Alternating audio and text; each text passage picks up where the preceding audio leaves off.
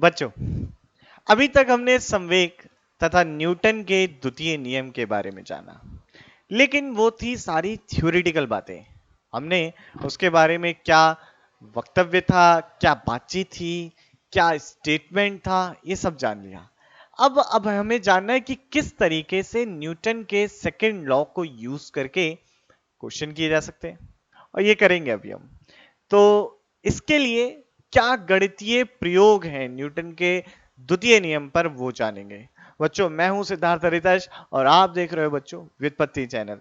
तो आइए आज की अपनी कार्यवाही शुरू करते हैं। तो हम संवेग को और गहराई से देखते हैं। तो संवेग की गणितीय अवधारणा देख लेते हैं, या गणितीय विश्लेषण देख लेते हैं। गणितीय विश्लेषण, मैथमेटिकल ट्रीटमेंट ऑन मोमेंटम। अब देखो, अगर आप लोग याद करो तो मैंने मोमेंटम बताया था P is equal to m v vector. यदि कोई वस्तु आपकी त्रिविमीय गति कर रही है, तो यानी कि आपकी वस्तु 3D मोशन कर रही है, ये अपना भाई x y and z coordinate system, उसका ओरिजिन ये आपका एस रेफरेंस फ्रेम हो गया। इसमें कोई वस्तु चल रही है, इसके वेग कुछ इस तरीके से v है, इसे वेग v के आयताकार घटक होंगे vx, vy and vz, that is vz, vy and vx। तो आप लिख सकते हैं बच्चों, इस वेग को v वेक्टर लिखा जा सकता है vx i cap, vy j cap plus vz k cap. तो ध्यान से समझना बच्चे, पहले एक बात देख लेते कि संवेग की दिशा क्या होती है। संवेग की दिशा, संवेग की दिशा क्या होगी? अगर देखें तो आप क्या कर रहे हो, आप एक सदिश की गुणा एक अदिश से कर रहे हो। एक सदिश की गुणा एक अदिश से की जाती है तो एक नई भौतिक राशि प्राप्त होती है, जो कि सदिश होती है, जिसका परिमाण परिमाण तो भिन्न होता है लेकिन दिशा वही होती है। यानी कि संवेग की दिशा वेग की दिशा में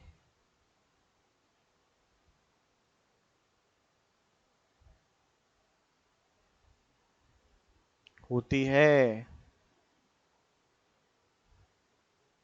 ये संवेग की दिशा है।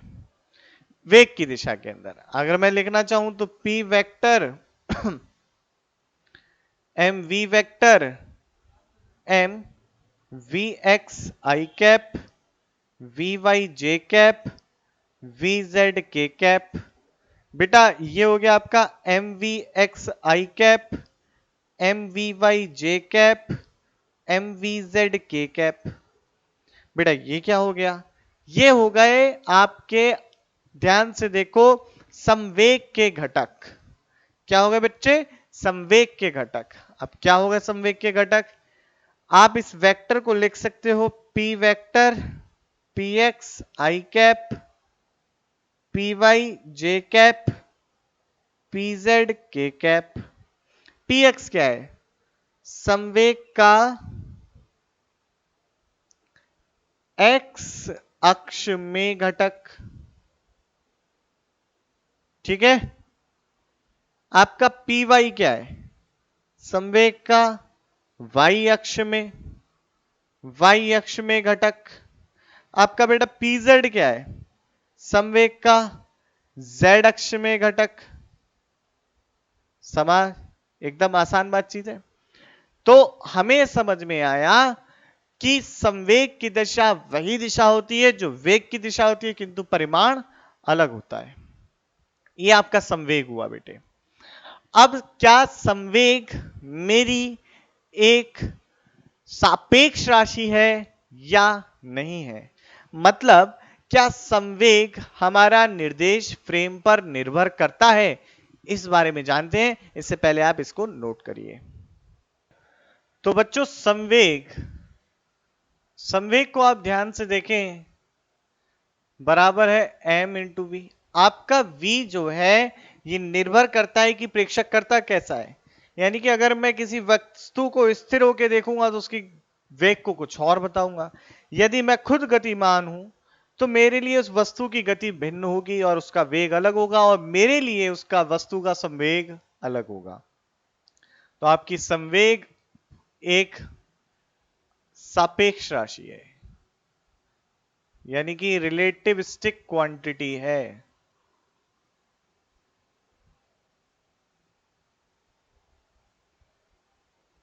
अब बच्चों न्यूटन के जो द्वितीय नियम पढ़ा था उसका हम कुछ गणितीय विश्लेषण करते हैं। तो न्यूटन के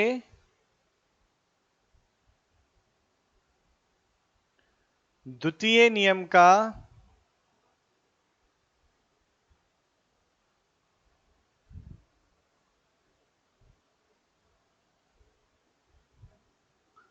गणितीय विश्लेषण। बेटा क्या है ये न्यूटन के द्वितीय नियम का गणितीय विश्लेषण? देखो न्यूटन साहब ने कहा था भाई f vector is equal to dp vector by dt। ठीक, आपका p वेक्टर यानी कि संवेग सदिश mv वेक्टर होता है, यहां लगा दिया f vector d mv vector by dt। अवकलन के मैंने आपको बहुत सारे सूत्र बताए थे बच्चों, वहां से देखो लिख सकते हो dm by dt। Vector v को ऐसे ही रहने दिया और ये हो जाएगा आपका m को ऐसे ही रहने दो dv vector by dt। f vector आपका हो गया बेटा dm बाई dt। ये क्या हो गया, ये कब इस्तेमाल होगा सब समझेंगे, प्लस m। और ये क्या हो गया आपके वेग परिवर्तन की दर,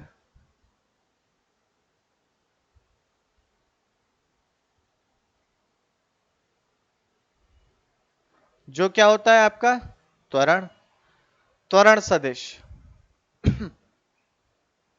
अब ये जो आपकी है इक्वेशन, जब रॉकेट लॉन्चिंग होती है ना, रॉकेट आपका लॉन्च हो रहा होता है, तो ऐसी परिस्थिति में वस्तु का द्रव्यमान समय के साथ परिवर्तित हो रहा होता है। जब वस्तु का द्रव्यमान समय के साथ परिवर्तित हो रहा हो, अब देखिए इसमें या तो मास में आपका चेंज हो रहा हो या फिर आपके वेग में परिवर्तन हो रहा हो, किसी एक या दोनों में अगर साथ साथ परिवर्तन हो रहा होगा तो हम कहेंगे संवेग में परिवर्तन हुआ। तो यदि ये वाली इक्वेशन तब लगाते हैं उपरोक्त समीकरण का प्रयोग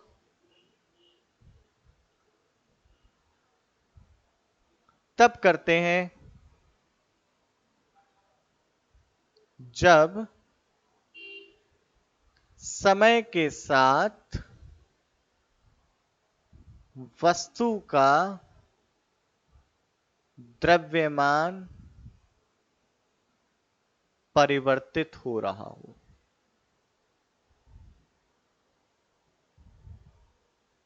तब करेंगे बेटा इस इक्वेशन का यूज।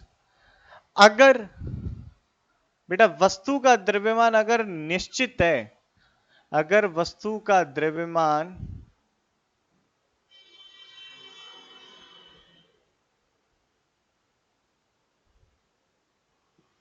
नियत है, तब आपका मास हो गया कांस्टेंट, और जो इसका dm बाई dt आया वो हो गया जीरो। भाई एक आपका अगर मैं कहूं नियत अंक है तो उसका जो अवकलन होता है वो बच्चों शून्य होता है, तो भाई शून्य हो गया बेटा। तो यहां से ये जो बन गया आपका इस परिस्थिति में शून्य v प्लस ये हो गया m इंटू ए। तो f वेक्टर बराबर हो गया m इंटू ए। ये आपकी आपने समीकरण पढ़ी होगी बच्चों। तो बेटा ये हो गया। अब आप देखें भाई, आपको बल जो है आपका बल की अगर बात करें तो बल का मात्रक होता है वो सर आइजैक न्यूटन के नाम पे रखा गया, जो था न्यूटन। ठीक है, बल का मात्रक। अब एक न्यूटन, या फिर हम देखना चाहे तो क्या हो गया, यहां से देखो भाई, ये हो गया किलोग्राम और ये हो गया मीटर प्रति सेकंड स्क्वायर, ये मात्रक हो गया एक, ये न्यूटन भी हो गया। ठीक है भाई, तो अगर मुझे एक न्यूटन बल परिभाषित करना है तो एक न्यूटन बल की परिभाषा क्या होगी, एक न्यूटन बल की परिभाषा सोच के देखो, एक न्यूटन बल है कितना। अरे भाई कैसे समझोगे एक न्यूटन बल कितना होता है, कोई पूछे एक न्यूटन बल बताओ तो क्या है। तो देखो यहां पर देखो, यदि किसी 1 किलोग्राम की वस्तु पर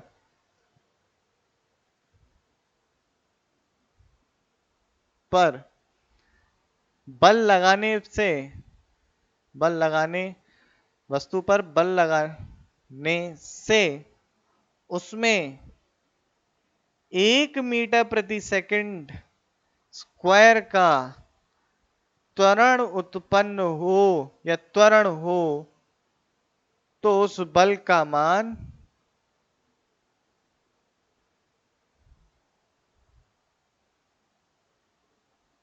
बेटा 1 न्यूटन होता है।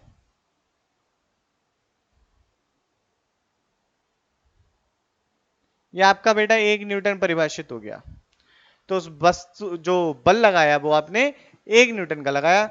ये सारी बातचीत हो गई बच्चों, पहले इसे नोट करो, फिर आगे की और बातचीत करेंगे। तो बच्चों और देखिए, हमने पढ़ा वस्तु पर लग रहे सभी बलों का, सभी बाह्य बलों का, या सभी बलों का भी कह सकते हैं, सभी बलों का योग। कौन सा योग, सदिश योग की बात हो रही है, तो ये भी लिख देता बेटा, कंफ्यूजन ना हो आपको।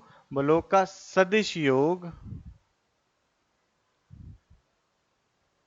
यानी कि F net for a constant, मतलब आपका मास यानी कि द्रव्यमान नियत है, तब बराबर होता है ये एफ नेट। अब एफ नेट मान लो किसी वस्तु पर एक से ज्यादा बल लग रहे हैं, तो उस परिस्थिति में आपका जो बल हो जाएगा वो कैसे लिखा जा सकता है। मान लो किसी वस्तु पर, कोई वस्तु है इस पे कई सारे बल लग रहे हैं, एक F1 ऐसे लगाया, एक F2 ऐसे लगाया, F2 यहाँ आ गया भाई, F1 यहाँ आ गया, F3 ऐसे लग रहा है, F4 ऐसे लग रहा है, F5 ऐसे लग रहा है। तो इन सब का कुल बल जो आया वो एफ नेट हो गया। समझे आप लोग, है ना बेटा, आसान बात है लेकिन गहरी बातचीत है ये।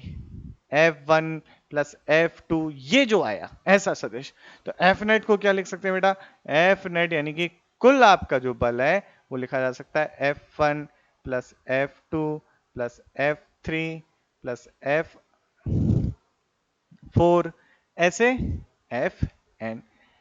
तो बेटा इसको ना एक तरीका है, ये मैथमेटिक्स थोड़ा सा सीखना चाहिए, तो इसको लिख सकते हैं एफ आई। तो इसको लिख सकते हैं बेटा समेशन एफ आई वेक्टर, ये सारे क्या लिखा जाता है, समेशन एफ नेट आपका लिखा जा सकता है समेशन एफ आई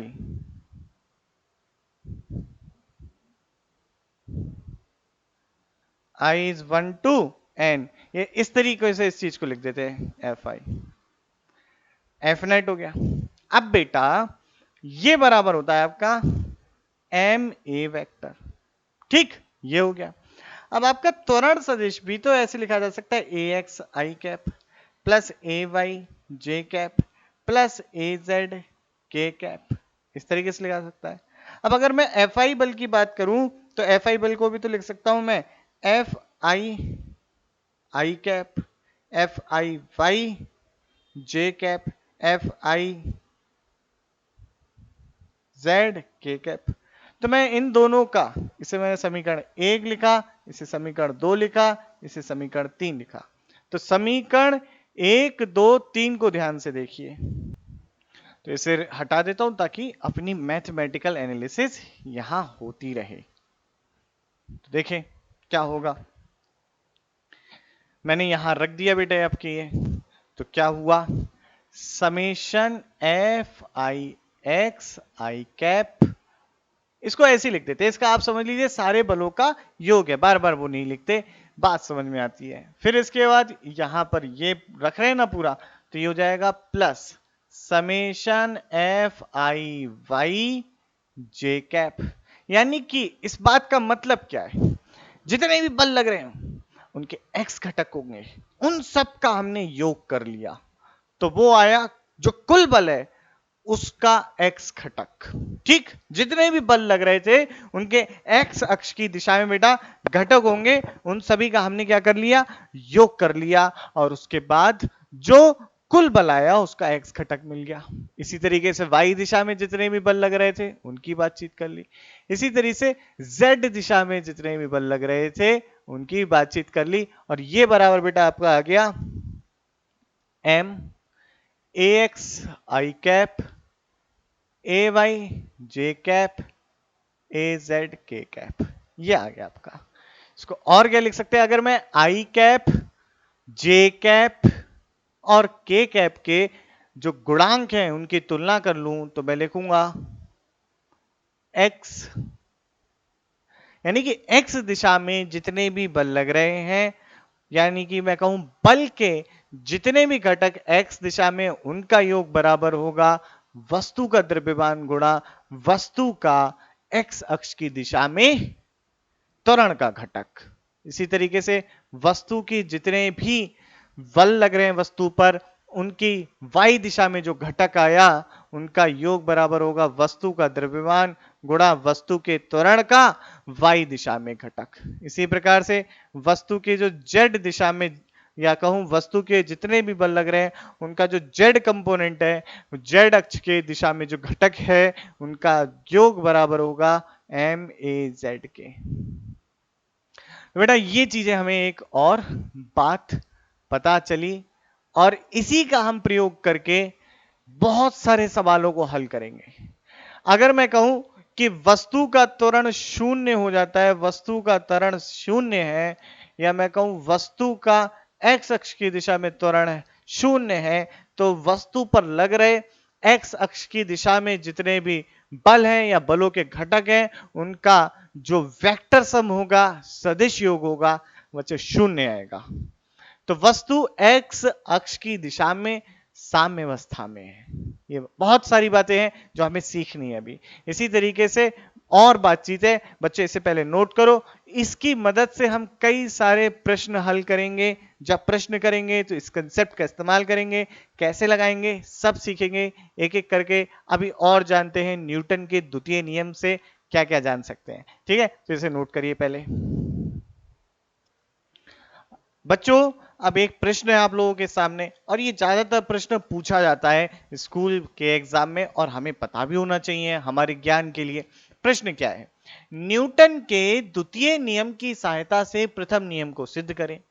भाई द्वितीय नियम क्या कहता है, वेग परिवर्तन, संवेग परिवर्तन की दर बराबर होती है कुल बाह्य बल के। प्रथम नियम कहता है यदि किसी वस्तु पर कोई बाह्य बल ना हो तो वह एक समान वेग से, अगर वह विरामावस्था में है तो विरामावस्था में रहेगी, या फिर एक समान वेग से गतिमान रहेगी। ठीक है, तो प्रथम नियम से क्या है, ध्यान से देखें क्या लिखेंगे प्रथम नियम से, यदि किसी वस्तु पर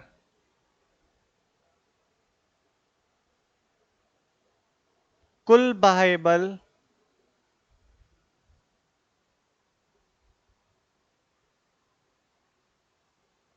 शून्य है तो वह वस्तु यदि विरामावस्था में है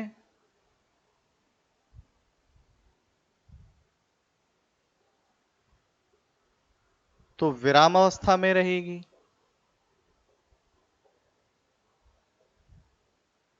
अथवा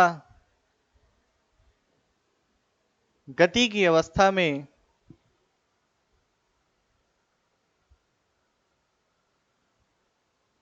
एक समान वेग से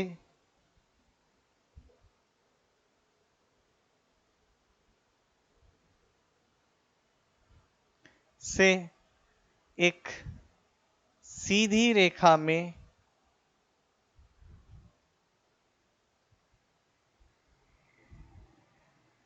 गति करती रहेगी बच्चों वो। ठीक है ना भाई, यही तो है प्रथम नियम। कुल बल शून्य है। तो भाई पहली अवस्था यानी कि विराम अवस्था में, ऐसी अवस्था में त्वरण आपका शून्य हो जाता है। केस 1 हो गया। केस 2 देखो, यदि आपकी वस्तु एक समान वेग से गति कर रही है, यानी कि वेग आपका क्या हो गया, नियत हुआ, उस परिस्थिति में एक समान वेग से गति कर रही है, तो एक समान वेग से एक सीधी रेखा में ये गति करती रहेगी बच्चों। तब क्या त्वरण हुआ, अगर वेग नियत होता है, एक समान वेग से कोई वस्तु चल रही होती है, तो उस परिस्थिति में आपका त्वरण यानी कि एक्सेलरेशन शून्य होता है, जीरो होता है। यानी कि चाहे पहली अवस्था हो या दूसरी अवस्था हो। तो क्या कह रहा है ये, यदि किसी वस्तु पर कोई बाह्य बल नहीं है तो उसका त्वरण शून्य होगा। क्या ये द्वितीय नियम से हम नहीं कह सकते हैं? बिल्कुल कह सकते हैं भाई। तो यहां से क्या निकले, निष्कर्ष क्या है? निष्कर्ष देखे प्रथम नियम से, प्रथम नियम से क्या है, यदि किसी वस्तु पर कुल बाह्य बल शून्य हो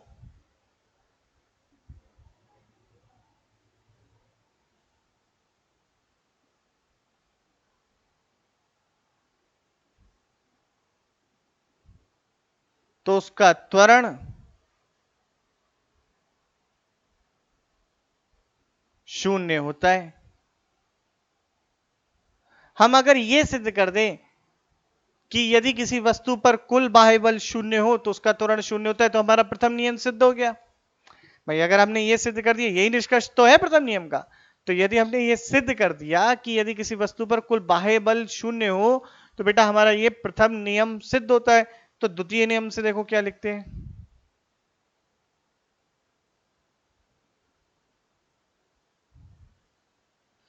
F is equal to m a. अगर कुल बाह्य बल शून्य है, तब एम ए बराबर क्या हो गया, शून्य। ए बराबर क्या हो गया, शून्य। अतः आपकी वस्तु, बात वही आ गई ना, हमने प्रथम नियम से यही तो समझा था अभी क्या, कि यदि किसी वस्तु पर कुल बल शून्य हो तो उसका त्वरण शून्य होता है, और ये बात हमने द्वितीय नियम से सिद्ध कर दी। तो हमारा द्वितीय नियम से प्रथम नियम की उत्पत्ति हो गई। तो बच्चों ये एक छोटी सी बेसिक अंडरस्टैंडिंग की बात है, हमें समझ अपनी और बहुत की में अच्छी करनी है। साथ ही साथ बच्चों एक बात और समझते हैं कि वास्तव में जो न्यूटन के गति के नियम हैं, उसमें जो सबसे दोनों नियम, 3 नियम है, इसमें से 2 नियम आपके एक नियम से निकल सकते हैं। तो कहते हैं, और वास्तविकता यही है कि न्यूटन का द्वितीय नियम, गति का द्वितीय नियम एक वास्तव में गति का नियम है। इस बात का मतलब यह है कि आपके द्वितीय नियम से प्रथम नियम की भी उत्पत्ति हो सकती है और तृतीय नियम की भी उत्पत्ति हो सकती है। तो बच्चों इसे फटाफट से नोट कर लो, फिर आगे की बातचीत करेंगे। इसे फटाफट नोट कर लीजिए। तो मेरे ख्याल से बच्चों आप लोगों ने इसे अच्छे से नोट कर लिया होगा स्क्रीन पॉज करके। अब देखिए बच्चों, आगे नेक्स्ट लेक्चर में हम पढ़ेंगे संवेग संरक्षण का नियम। उससे पहले हम एक जानेंगे ये आंतरिक बल क्या होते हैं, बाह्य बल क्या होते हैं, निकाय यानी कि सिस्टम क्या होता है, इन सब के बारे में जानेंगे अगले लेक्चर में। तो जुड़े रहिए व्युत्पत्ति पर। अभी मैं चलता हूं बच्चों, मेहनत करें। यदि किसी प्रकार की आपकी मन में शंका है, संदेह है, किसी भी प्रकार के मन में कोई भी उलझन है, तो जरूर कमेंट में लिखें, मैं जरूर उत्तर दूंगा। अभी मैं चलता हूं सिद्धार्थ रितेश। जय हिंद।